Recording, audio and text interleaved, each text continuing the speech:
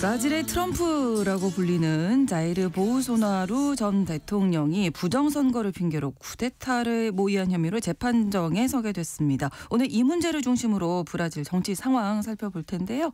오혜리 국제전문 기자 나오셨습니다. 어서 오세요. 네, 안녕하세요. 자, 재판 개시 결정이 내려졌다고 하는데 구체적인 내용 좀 살펴주실까요? 예, 지난 3월 26일이었죠. 브라질 대법원이 보우소나루 전 대통령이 2022년 대선에서 패배한 후 그 선거 결과를 뒤집고 대통령 당선자를 암살하려는 등의 방대한 계획을 세운 혐의가 있다 이러면서 재판 개시를 결정을 했습니다. 네.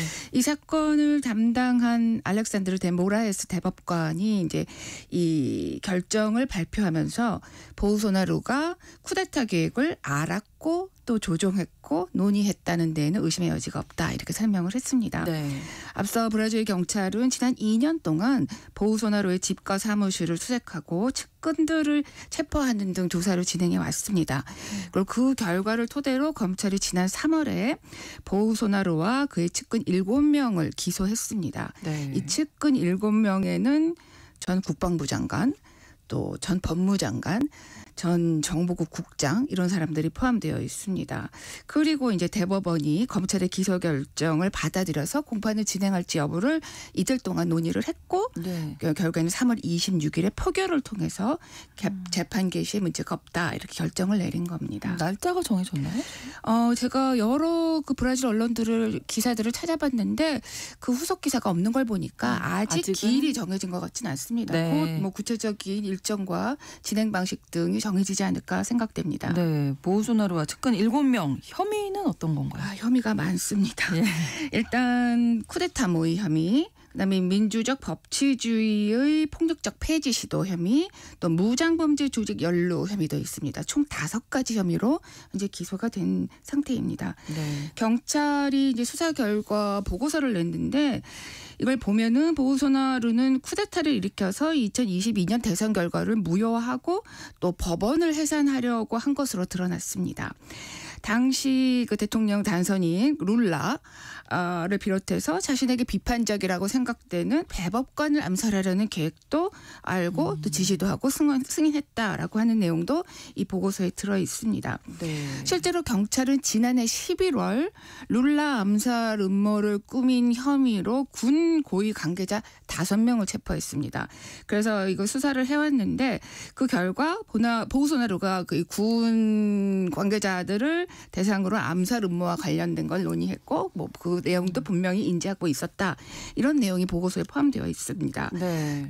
이 테러의 계획 뭐 이름도 있었다고 하는데 그린 앤 옐로우 그러니까는 초록색과 옐로우? 노란색의 네. 단검 이런 그 프로젝트 명도 있었다고 해요.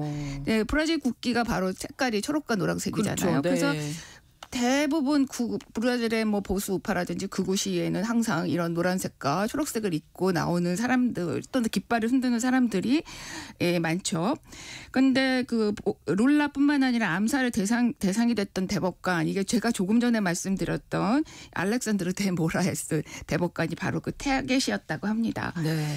그리고 또 보우소나루의 쿠데타 계획에는 2022년 대선 몇 달 전부터 사실 브라질 내에서는 전자투표 기계로 이렇게 투표를 하거든요. 네. 이 기계가 오작동이 너무 많고 이 조작 가능성이 너무 쉽다 이런 음모설이 확 돌았는데 이 음모설을 대선 결과가 나온 이후에 다시 한번 확산시키는 것도 포함되어 있었다고 합니다. 그래서 보고서는 보우소나루 전 대통령이 선거제도에 대한 불신을 체계적으로 국민들에게 퍼뜨리려고 했고 네. 음모를 합법화하는 법을 작성하려 했고 또 군을 압박했고 그래서 수도에서 폭동을 선동했다 이렇게 지적을 했습니다. 네. 재판은 최소 수개월 또는 길게는 2026년 대선이 치러지거든요.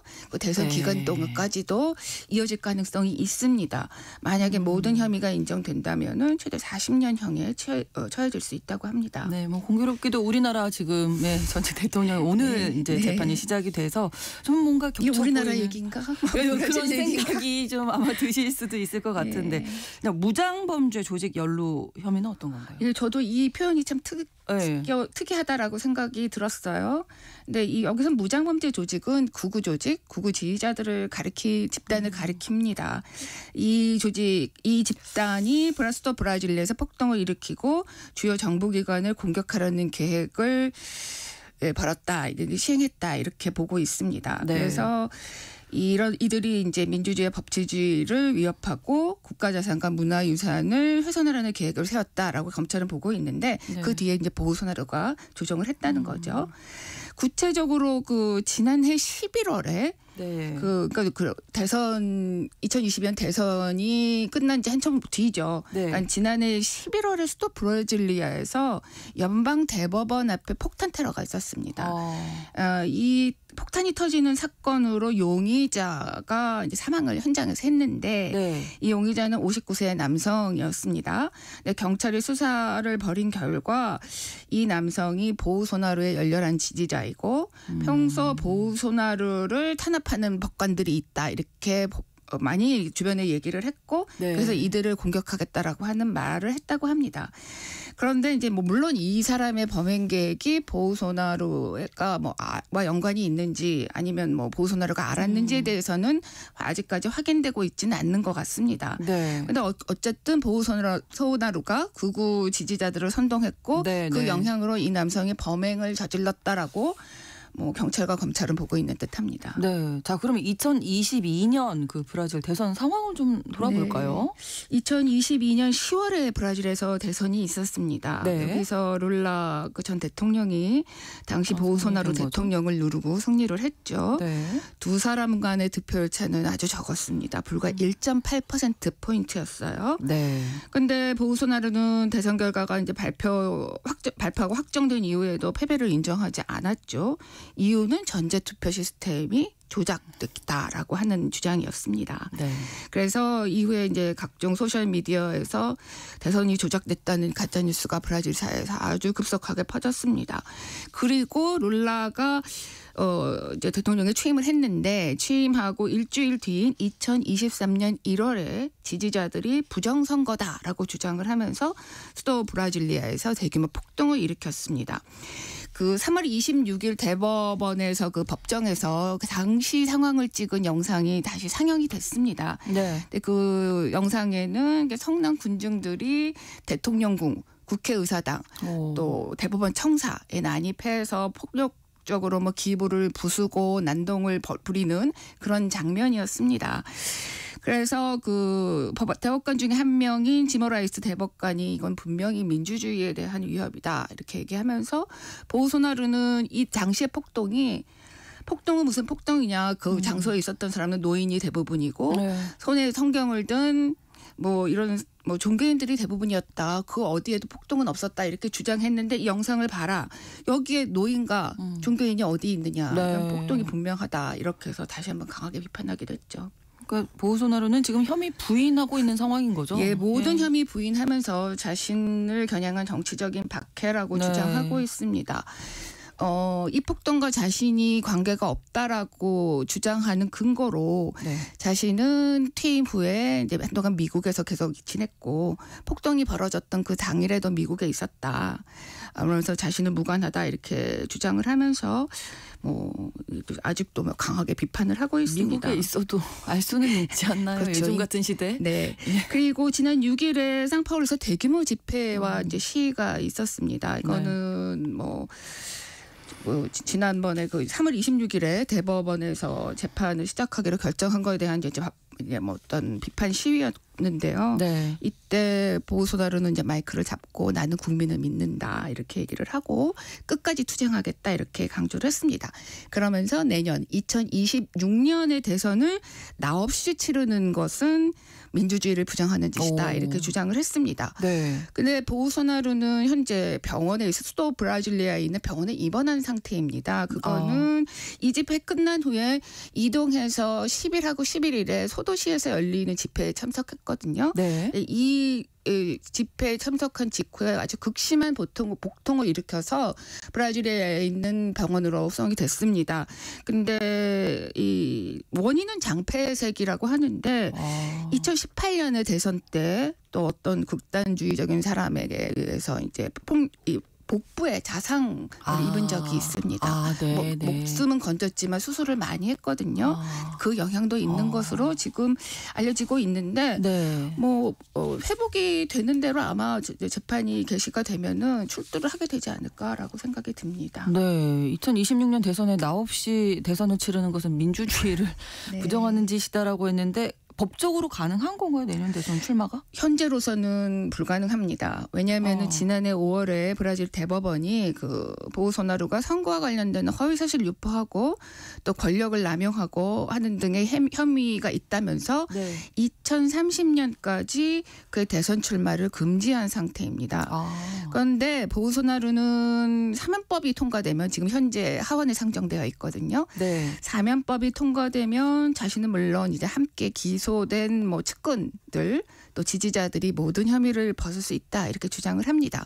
그래서 지난 10일과 11일에 열렸던 소도시 집회도 바로 이 사면권 통과를 촉구하기 위한 집회였습니다. 그렇군요. 이 법안 지난 3월 27일에 의회에 상정이 됐는데요. 그 내용을 보면은 쿠데타 혐의에 대한 사면, 정치활동 복권, 법적인 면책 등의 내용을 담고 있습니다. 그래서 보우소나루는 연일 이 집회와 시위를 주도하면서 이 법을 통과시켜라라고 촉구를 하고 있습니다. 통과 가능성은요? 제가 보기에는 있는 것 같습니다. 그래요? 왜냐하면은 지금 브라질 하원과 상원에서 그 보우소나루가 이끄는 자유당 등 보수 우파의 의석수를 보면은 하원 경우에는 총 의석수가 513석인데 과반 의석이 훨씬 넘습니다. 그런데 이 주요 법안을 통과시키려면은 513석 중에서 308석의 표가 나와야 된다고 합니다. 근데 현재 의석수를 보면은 충분히 가능할 것 같습니다. 상원에서도 지금 과반을 넘는 의석을 차지하고 있거든요. 그래서 통과 가능성이 있다라고 보여집니다. 네. 그리고 또 그러면 룰라는 무엇을 하고 있느냐라고 보면 룰라도 역시 재선 의지가 있는 것으로 보여집니다. 네. 사실 2022년 대선에 나올 때는 3선이죠. 그렇죠. 그러니까 그때만 해도 당선돼서 3선이 됐는데 그때만 해서 다시 선거에는 나오지 않겠다 이렇게 얘기를 하긴 했습니다. 그리고 또 건강도 별로 좋지 않습니다. 최근에 뇌출혈 수술을 받은 적이 있고요. 네. 나이도 79살로 많은 편이죠. 네. 그런데 요즘 상황이 그래서 그런지 재선 출마 의지가 있는 걸로 지금 전해지고 있습니다.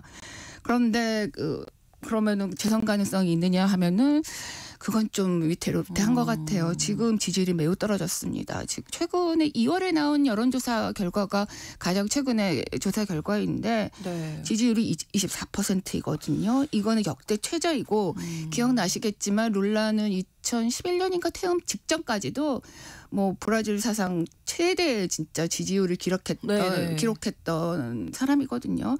상황이 많이 달라졌는데 그 원인은 역시 경제 위기가 가장 큰 원인으로 꼽히는 것 같습니다. 그렇죠. 네. 식료품 가격이 굉장히 많이 올랐다고 해요. 네. 자, 보우소나루 전 대통령이 대통령 재직 시에도 좀 논란이 있었는데 이렇게 여전히 인기가 있고 지지를 받고 있는 이유는 어떤 걸까요? 첫 번째 이유는 그 자신의 이제 독특한 스타일, 정책 때문인 걸로 보입니다. 이제 극우 성향의 정치인이죠. 네. 정통적 가치, 보수 이념을 매우 강조하고 또 산업 이런 경제적 이해관계가 있는 집단의 지지를 아주 강력히 받고 있습니다. 네. 또 본인은 부패 스캔들도 여러 번 휘말렸지만 어쨌든 반부패, 반엘리트주의 이런 걸 내세우면서 기존 정치권에 좀 불신, 회의감을 가진 사람들의 많은 지지를 끌어모으고 있습니다. 네. 매우 강경한 발언을 쏟아내죠. 또 행동도 그렇게 합니다. 그렇기 때문에 일부 유권자들에게는 강력한 지도자로 비춰지고 있고 또 사실 치안 부분에서는 강력한 정책으로 또 많은 지지를 얻고 있는 것도 사실입니다. 그리고 두 번째이자 더 근본적인 이유는 브라질의 뿌리 깊은 정치 분열이죠. 이런 분열을 토대로 삼아서 자신의 지지층을 끌어모으는데 아주 동력으로 삼고 있는 것으로 보여집니다. 네. 이건 어쩌면 룰라도 마찬가지일 수도 있을 것 같아요. 그런데 예를 들면 같은 사안을 놓고도 예를 들면 룰라가 한때 이제 체포돼서 유죄 판결도 받았다가 다시 또 무죄를 해서 결국에는 2022년에 대선에 나왔는데 이 사안을 두고도 룰라 지지층에서는 그 사법부가 룰라를 타겟으로 어떤 부패 혐의를 씌워서 그렇게 이제 사법 북부의 쿠데타와 다름없는 공격을 했다 이렇게 주장하는 반면에 또 이제 반대파에서는 룰라는 정말 불패한 정치인이다라고 보고 있죠. 예. 또 2016년에 지우마 후세프 여성 대통령이 탄핵됐잖아요, 의회에서. 예. 이 사안을 가지고도 정말 극렬하게 분열이 됐는데 이런 분열이 결국에는 한쪽에서는 극우, 한쪽에는 좌파 정치의 어떤 로 갈려진 이런 네. 분열을 더욱 뭐 어떤 고착화하고 네, 끝없는 더 대결이죠. 부추기고 뭐. 있다고 네. 보여집니다. 새로운 세력은 없을까요? 물론 이제 너무나 정치가 양극화되어 있기 때문에 중도 진영을 좀 확장하려고 하는 움직임이 있기는 합니다. 네. 대표적인 사람이 지금 뭐 브라질의 정치 1번지 그러면 상파울로 시를 꼽고 또 상파울로 주를 꼽는데 상파울로 시장을 오랫동안 역임했던 주앙 도리아 현재는 상파울로 주지사입니다. 주의 주지사입니다. 그런데 네. 아직적인 전국적인 기반은 좀 약하고 정치적인 변화 구심점이 되지는 못하는 걸로 보여집니다. 그렇군요. 글로벌 이슈 오늘 브라질 정치 상황 살펴봤습니다. 오혜리 국제전문기자와 함께했습니다. 고맙습니다. 감사합니다. KBS 라디오 신성원의 오늘 세계는 내일 다시 뵙겠습니다. 고맙습니다.